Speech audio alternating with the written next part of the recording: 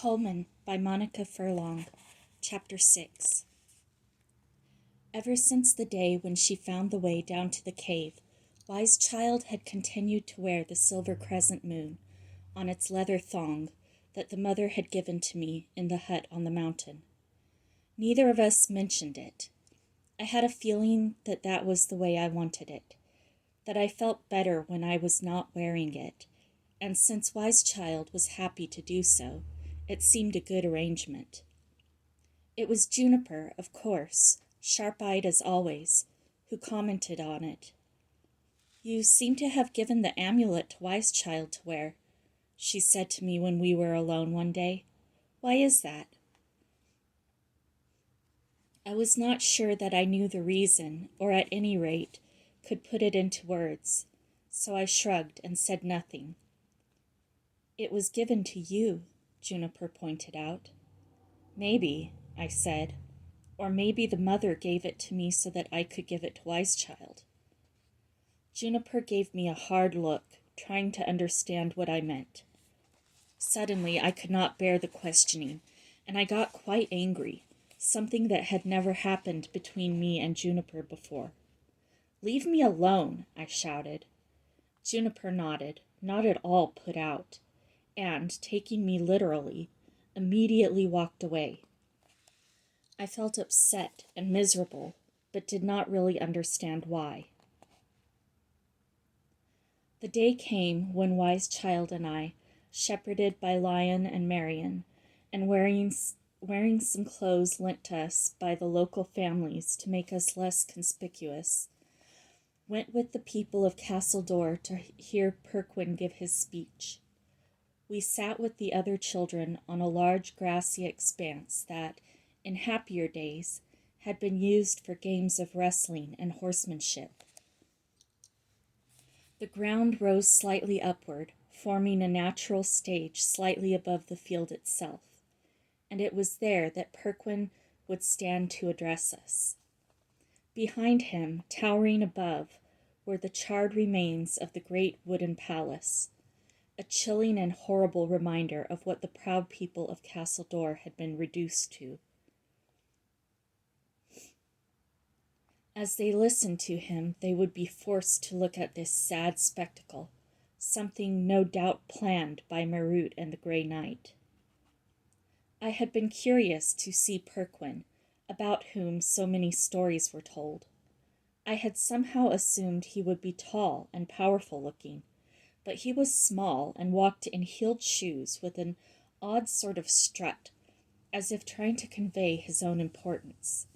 He was also overdressed in a colored silken suit of rather garish colors, and a cloak that made him look smaller, and which he flourished around him as he walked in a way that was laughable, only nobody laughed. We knew from Lion that Perquin used these occasions to harangue and intimidate the people, but that his speeches often contained some hint of his suspicions, and that this was a useful way of discovering whether he suspected any plots. "I am commanded," he began pompously, "by the High Lord of Caerleon, the Grey Knight, and his wife, the Lady Marut, to pay this visit to his people of Castledor, to ensure that they are behaving in perfect obedience to his noble decrees, that they are acting with the subservience appropriate to a subject people, and that they are yielding up whatever tithes of crops and herds his lordship may choose to demand. Long live the Grey Knight." The soldiers moved among the people, exhorting them to cheer, and a faint sound, almost like a sigh, emerged from them. A look of displeasure crossed Perquin's face. "May I remind you," he said nastily, "that you continue to live only by the mercy of the High Lord of Caerleon. You are in his power. It is he who allows you to live, though if he wished he could crush you like ants under his feet." Perquin's face twisted with cruelty as he spoke, and I heard Wise Child give a soft little sound beside me, a kind of growl. I am sent here, he continued, to tell you to attempt no violence against the forces of Caerleon, to seek no allies to support you, to do nothing but simply obey the decrees that the High Lord of Caerleon lays down. You are his slaves, his underlings, as you and your children will always be. The might of Castle Dor, the legacy of King Mark, has been destroyed, and all its beauty laid waste. It will never return in your lifetime, or the lifetime of your children or children's children, or their descendants. It has been wiped out forever. Do not sing the songs or tell the stories of that time, for you are now nothing. Perquin's voice sank to a low, spiteful tone on the last word. He was a powerful speaker in spite of his foolish clothes and his tiny stature, and we could feel a shiver of dread run through the people. It was horrible to see. One more thing, and then you are dismissed back to the hovels in which you live. The High Lord has decided that he has been forbearing with you for too long. He demands another 300 bushels of wheat from you at harvest time, and another 100 sheep a year from your flocks. Long live the Grey Knight. Another ragged cheer went up from the people as they turned away, their faces stricken at the further tribute the Grey Knight was demanding from their limited resources.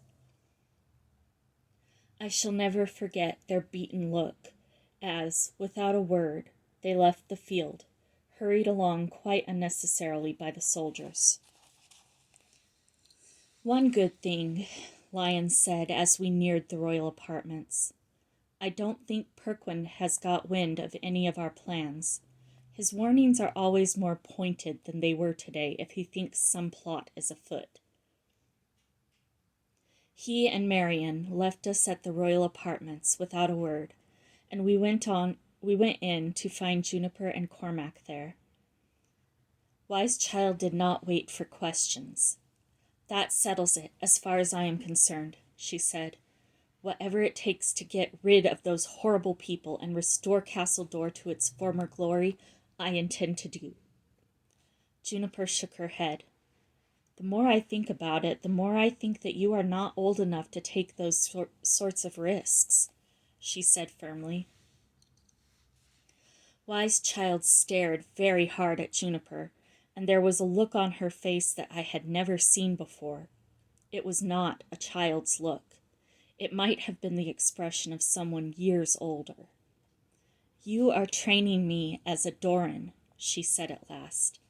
As I understand it, to be a Doran makes demands that must be obeyed. That is true, said Juniper. There are laws in the world to which Dorans are particularly sensitive, and it is their job to obey those laws and use their skills to bring about harmony in the world. Exactly, said Wise Child, and that is what I am proposing to do. You need someone to infiltrate Caerleon. I have at least some of the skills, and I am offering to do so. You may be a Doran in the making, but you are also a child. How old were you when you went to Caerleon and challenged the might of the Grey Knight and Marut? Wise Child asked. I could see that Juniper was slightly shaken by this. 2 or 3 years older than you.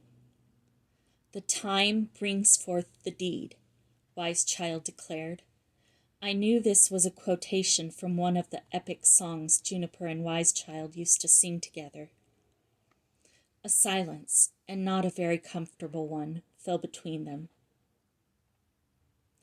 Anyway, Wise Child went on, suddenly sounding much more childish, Colman would come with me.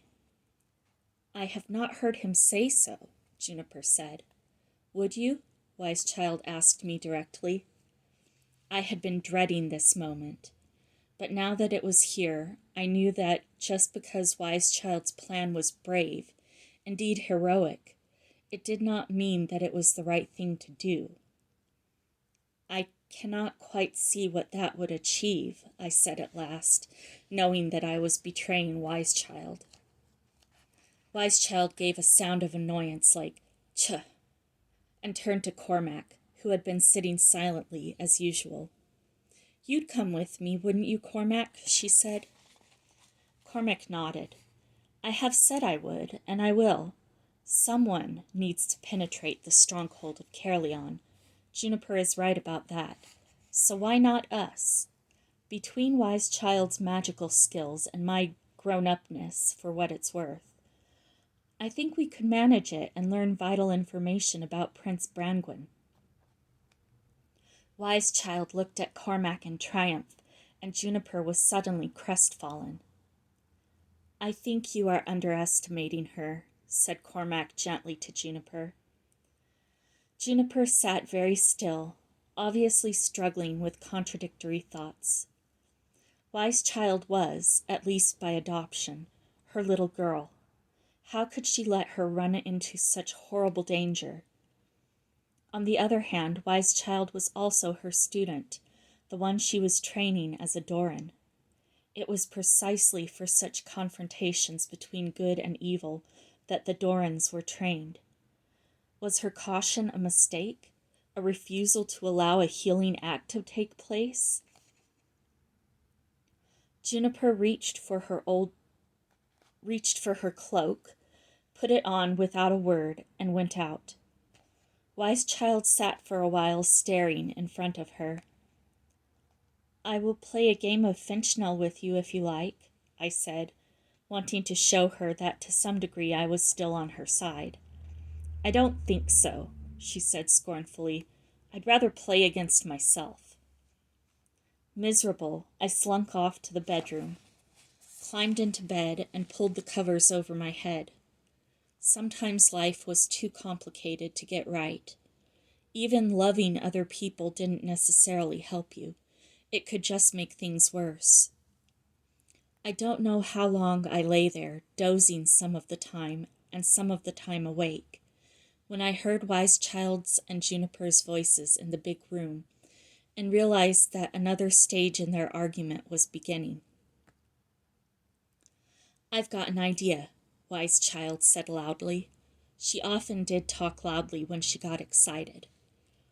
"What you really need to know is whether this is some harebrained scheme of mine that would run me and Cormac into danger, or whether it comes from some deeper level, some bit of me that knows what has to be done.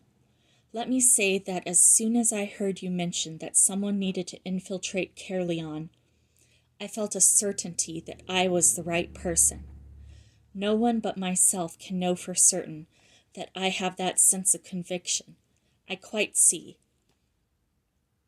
Isn't this, therefore, time to use one of the Doran insights? Scrying, talking to a wise animal, flying, fasting, whatever you think, to see whether I might be right?" I had got out of bed by now and was standing in the doorway, looking at these two beloved people as they struggled with their disagreement. A look of acute pain crossed Juniper's face. "I think that I may be allowing my love for you to cloud my judgment," she said humbly, "but I cannot bear to think of you at Caerleon." "I understand that," replied Wise Child, almost as one grown up to another, in a tone of voice that struck me as both sympathetic toward Juniper's feelings and yet ruthless in her sense of what she must do. "That is why I am suggesting a different way of coming at the problem." "The dreaming bundle," Juniper said suddenly. "What?" "Do you remember the bundle of twigs with leaves that Colman found at the door of the mother's hut? How I couldn't quite think what they were? I have just remembered. They are what is known as a dreaming bundle. You make a tea with an infusion of the leaves. You drink it. You dream. And if all goes well, the dream tells you what you want to know. What is interesting about a gift like that from the mother is that it is quite specific. You are given what is necessary to solve the particular problems in front of you, no more and no less, though it is up to you to use the gifts intelligently and thoughtfully. And if ever we needed insight, it is now. Wise Child seemed slightly stunned by what Juniper had said. You mean you are going to do it? Make the tea, drink it, dream, and see what you come up with? Yes, but not just me. You, Cormac, and Colman, if he wants to. And you will abide by what the dreams say? Of course. Why do it else? Wise Child sat down suddenly, as if all the energy had gone out of her. She had been so sure of Juniper's opposition, so full of arguments, and now there was no need of them. As often happened to all of us with Juniper, Wise Child was taken by surprise. I'm not going to do all the work, though, Juniper said. The leaves need to be gently crumbled for a start. We'd better get on with it. So when will we drink it? Wise Child asked. Late this afternoon, said Juniper. It takes a little while to work. By the time we go to bed, we should be ready to dream, and tomorrow we shall share our discoveries. Wise Child kept staring at Juniper as if she could not believe what she was hearing, but she said no more and set to work preparing the tea from the dreaming bundle. It was a lovely spring day, and I went out to sit by myself on the cliff. I did not much like the sound of the dreaming process, and I dreaded the implications if the results were positive. I wished Finbar were still around. I realized how much I had enjoyed his company and somehow could not imagine him going along with what was happening. I suddenly had a rare pang of homesickness. I could see our cottage full of children, usually with washing hanging up to dry in front of the fire, and I longed to be back safely inside it, even if Dad would be coming home at the end of the day. We drank the tea in the late afternoon. Wise Child and Juniper had crumbled all the leaves, boiled water, and steeped the leaves in it. It filled the royal apartments with a rather nice smell. Juniper laid out 4 goblets on the table and filled them one by one. She handed 1 goblet ceremonially to Wise Child, another to Cormac, and turned to me with the 3rd. Do you want to, Colman? She asked. If she had not asked, I would probably have been too much of a coward to refuse.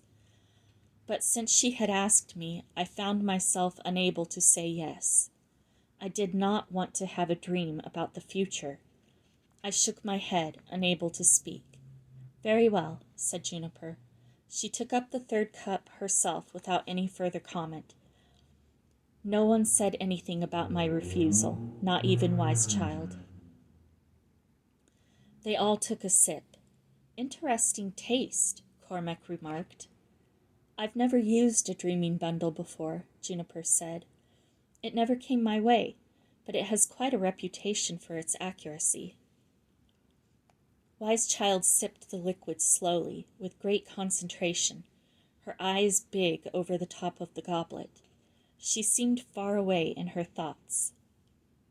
One thing you can do, Juniper went on, is to ask a question that you want the dream to answer and go to sleep with that in your mind. Alternatively, you can ask the dream to take you where it wills. That has a slightly different outcome, I am told. Cormac listened carefully to this as he drank his tea. Wise Child seemed in a world of her own, as if the drink had already transported her. No one, it seemed, wanted any supper. Well, I did, so I went and foraged for myself in the kitchen. One by one, they all crept off very early to bed until I was the only wakeful person in the house, and not a very happy person at that. Eventually, I too went to bed. Wise Child was sleeping very peacefully. If she was already dreaming, it did not show. But I tossed and turned for a long time. Finally, I fell into an uneasy sleep and dreamed that Dad was about to come home and that I was in trouble. When I woke the next morning, there was no sign of Wise Child. Sometimes now she liked to get up early and go out for a walk on the cliff. Cormac and Juniper were both still asleep, and I waited with some curiosity. I awaited with some curiosity the outcome of the tea. I was beginning to prepare breakfast when Wise Child returned. She looked at me a little shiftily, I thought, and immediately went off by herself into the bedroom with hardly a word. Finally, however, Cormac and Juniper got up, both of them sleepy, and we ate a silent breakfast together. Nobody, it seemed, wanted to be the first to raise the question of dreams. It was Juniper who brought the subject up eventually. "Well, it worked," she said. "I dreamed all right. Bits of it have a pretty clear meaning, though other parts are harder to make sense of." She had the undivided attention of all three of us. "I dreamed that I was in the mother's hut with Uni," Juniper went on. "Uni took the mother's baby and handed it to me. 'It is yours,' she said, and I took it and held it in my arms. I carried it all the way to Caerleon, and there I laid it down upon the doorstep and left it." There was a catch in Juniper's voice as she said this. "Why?" Wise Child asked her. "Because that was what Uni had said I must do, with the words, 'She will be taken care of.'" "Did you mind?" "Very much. There was also a later sequence, when Castle Door shone like gold. It was still burned and ruined, yet it was amazingly beautiful, and it was full of people who were singing. The joy was indescribable." Juniper's words left a silence behind them. We could think of nothing to say. After a long pause, as if waiting to be sure that Juniper had finished, Cormac said, "My dream took place inside Caerleon. It felt very sinister. There were whisperings in corners, and things half seen out of the corner of the eye, and the feeling that I was being watched through holes in the tapestry. The sense of power around me was crushing. It would be useless to resist. Then there was a will-o'-the-wisp, a tiny fragment of light that danced over the walls and the ceiling, and it made Marut very cross, only she could not work out where it was coming from. It was free. That was what she did not like about it. Wise Child was there, and Colman and some other children, and they were trying not to giggle. There was another scene, too, that was about the Grey Knight. He was a dog a part of the time, only it was very odd. It was as if he was wearing a disguise that kept slipping, and I could suddenly see a bit of grey silk breeches on the dog's flank, or a human nose on its face. And then, just as if he was making a tremendous effort, it would return to a dog's leg or a dog's face. Again there was silence as we tried to take in the meaning of the dream. Juniper turned to Wise Child. "I can't remember anything," Wise Child said desperately. "I don't even know whether I dreamed or not." She suddenly looked like a much younger child. "It's because you are trying too hard," Juniper told her. "Just let it come." We waited, but nothing came. Juniper suddenly started. "Well, I've just remembered a bit more of my dream," she said. "Wise Child and I were sitting out on the steps at the White House, the way we often did on summer evenings. We were laughing together. We were in fits of giggles, when Wise Child suddenly said to me, entirely solemnly, 'The great question is unsolved.'" Wise Child stirred at that. "I had been thinking of those steps," she said, "and of how, I think on my second day with you, I sat there with you, and suddenly I knew I was safe, that I could trust you, and that I had found my home. We giggled a lot that day, too." She paused, and a strange look came over her face, so that it was almost as if she was in a trance.